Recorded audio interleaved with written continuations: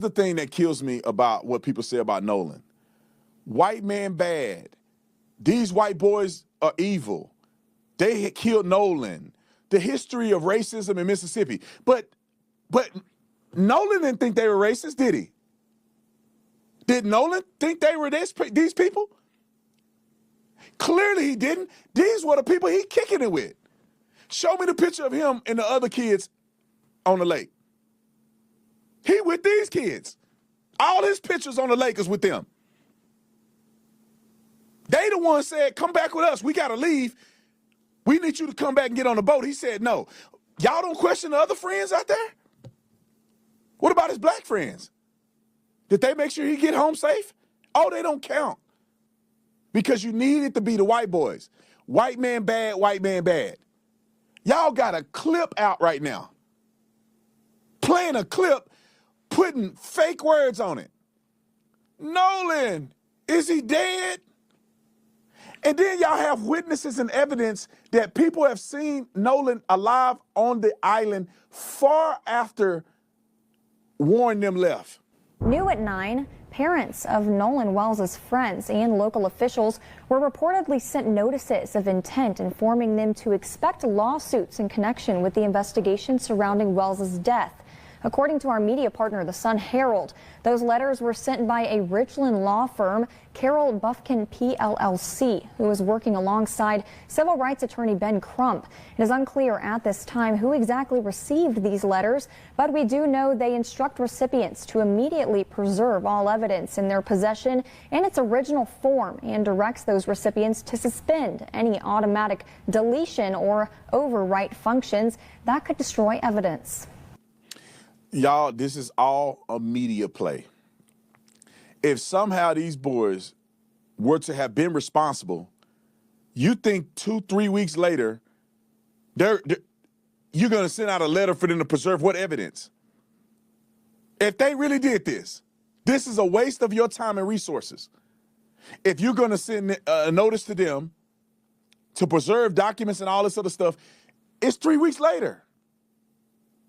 If they are such calculated murderers, they've had 3 weeks to concoct this. They'd have got rid of that stuff. You have no evidence available to you. But it's all games that they play because people want money out of this situation. I'm not really convinced yet that the parents are as malicious as Benjamin Crump and them are. By every account, Nolan was the kind of young man who lit up a room, and his future burned bright with possibility. But that future ended on Horn Island, Mississippi, and to this day, nobody can fully explain why. If this case grips you the way it's gripped millions across the country, go ahead and hit that like button and subscribe to Unrivaled True Crime so you don't miss what comes next. Horn Island is a barrier island off the Mississippi coast, south of Ocean Springs, accessible only by private boat. Every 4th of July, it becomes a gathering place for hundreds of locals who anchor their boats along its shoreline to celebrate the holiday on its white sand beaches. It was not Nolan's first time visiting the island. He had gone there occasionally with his friends. Many of the central questions surrounding Nolan's final hours remain unanswered, including why he didn't return on the boat with his friends or have his cell phone with him. Officials said the teen was last seen around 3 in the afternoon on Horn Island. Multiple witnesses have placed him on the island during that window, and it is what reportedly happened during that time that has divided the public and fueled national outrage. According to records released through a Freedom of Information request by the Mississippi Department of Marine Resources, Bart Edmiston Jr. was named as the individual who reported Nolan missing to the Coast Guard. This detail raised eyebrows publicly because, by most accounts, Bart and Nolan were not especially close. MDMR records also confirmed that investigators met with family members of a teen connected to the boat that was reported sinking, received permission to search the vessel, and gathered GPS data. The circumstances aboard that boat are now at the center of everything. But here is where the accounts fracture. Warren told podcast host Brandon Tatum that a friend repeatedly asked Nolan to get on the boat to leave with them, but Nolan refused and decided to stay behind with Katie McCormack. However, Katie reportedly told police that Nolan was planning to go back with his friends. Her sister backed her up, telling the Daily Mail that Nolan and Katie had a conversation that led Katie to believe Nolan was heading back on his friend's boat. According to Gracie McCormack, Katie was on the island with a different group of friends and later left with her brother and his fiancée. Attorney Ben Crump put the contradiction plainly. She's saying he went to get on the boat. They're saying he didn't get on the boat, Crump said. Someone was not telling the truth. The distress call audio itself became the subject of nationwide analysis. The audio of the emergency towing call captures a harried, often confusing scene, and not everything in the recording is audible or makes sense. While the audio released by the Mississippi Department of Marine Resources included sections that were difficult to hear, audio engineer Janetta Brantley took it upon herself to use her skills to clean up the recording in hopes of gaining a clearer understanding of what was said. Some listeners claim to hear disturbing phrases in the background noise, though none of those interpretations have been officially confirmed by investigators. Investigators have specifically asked for original, unedited photos and videos taken on July 4th, particularly those depicting alleged altercations or containing images believed to include Nolan Wells. Reports of a possible altercation on the island surfaced early in the investigation. On Good Morning America, Trayston Shepard, a friend of Nolan, addressed a viral video that investigators had been studying. Many feared the video showed Nolan in a confrontation, but Shepard said that was not the case. "That's the video I am referring to, and that's me yelling," Shepard told Good Morning America.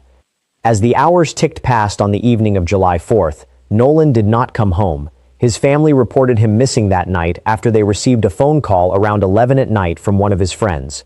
His mother took to social media, pleading for help. Incident Commander Josh Gill of the United Cajun Navy said in a video posted to Facebook that Nolan went out to Horn Island with some buddies and was last seen talking to a girl on that north end.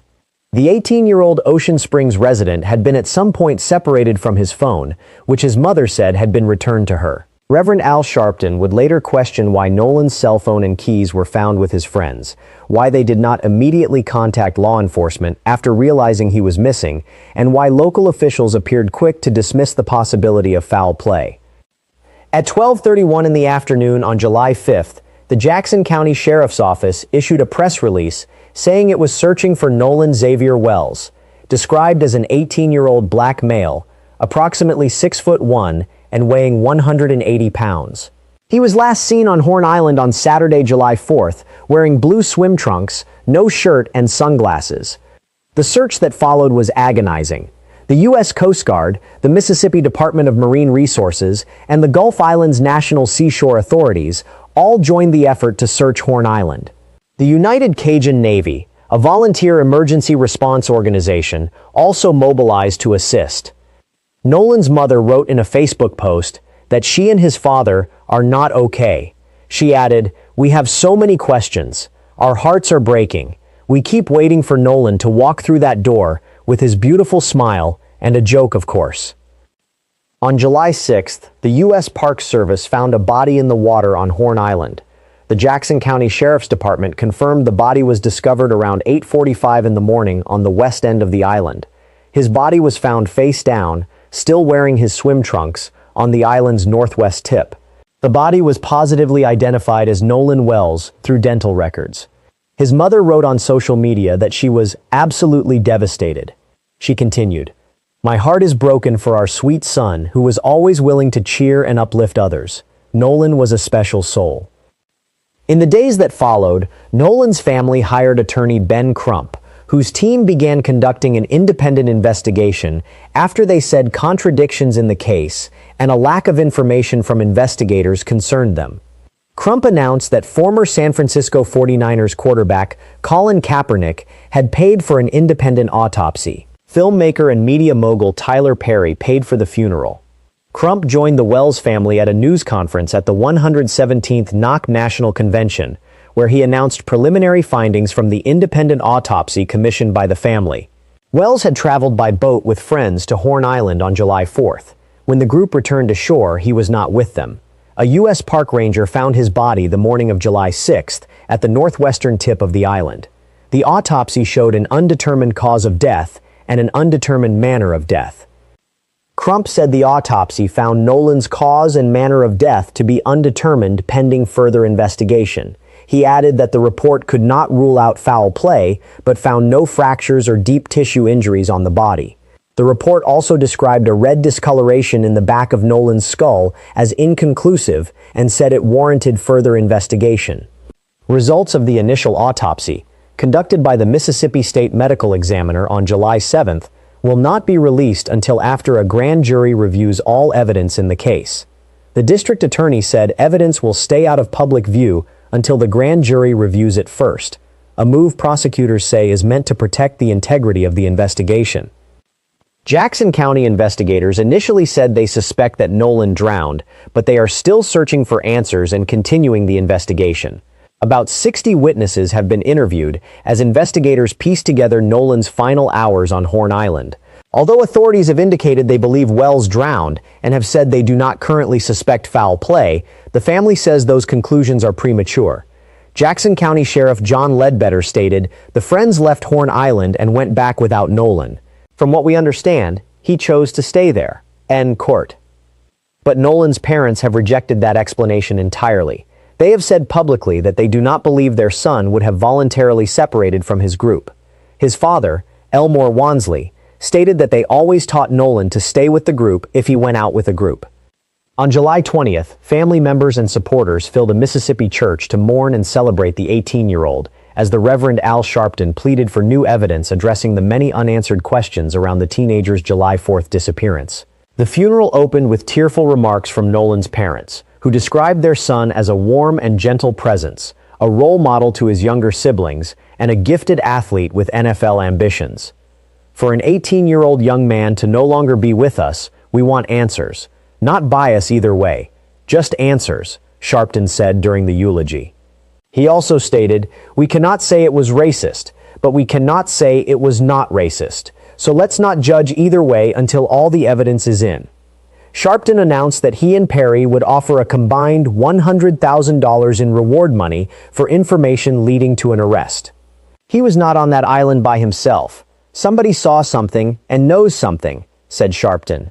The funeral drew hundreds of mourners alongside high-profile figures, including filmmaker Spike Lee and former NFL wide receiver Terrell Owens. Media mogul Byron Allen donated $100,000 to the GoFundMe established for the Wells family, joining a wave of supporters rallying behind Nolan's parents.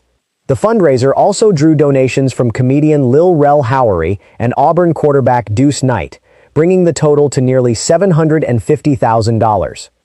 Nolan's death has fueled speculation, grief, and racial tension. The case has stoked distrust, in part due to Mississippi's fraught racial history and the fact that Nolan appeared to be the only person of color in an image with friends on the trip. Ashley Cole, the mother of Warren Hudson and a local judge, said she deactivated her Facebook account amid the search after photos of her minor children began circulating online. Warren was interviewed by the Jackson County Sheriff's Department and cooperated fully, she wrote. Cole also revealed that she and her family had been receiving numerous death threats online. The case immediately drew national attention alongside a surge of misinformation, unverified allegations, and skepticism by some online commentators who questioned whether Mississippi officials would be transparent in their investigation. The transcript analyzed for this documentary references internet theories suggesting that a romantic connection between Katie McCormack and Bart Edmiston Jr. may have created a jealousy-driven motive for a confrontation with Nolan on the island. These theories point to allegedly deleted social media photos and the fact that Bart's name appeared on the official missing person report filed with the Coast Guard. While these observations have generated significant online discussion, they remain unverified by official investigators and have not been reported as confirmed facts by any credible news organization. No individual has been named as a suspect in the case. The investigation remains active, and the grand jury process has not yet concluded. What the documented record does establish is a series of contradictions that have yet to be reconciled. Nolan's friends say he chose to stay. Katie's family says he was heading back to the boat. An emergency call captured chaos aboard a sinking vessel, but Nolan was not on it when it was towed.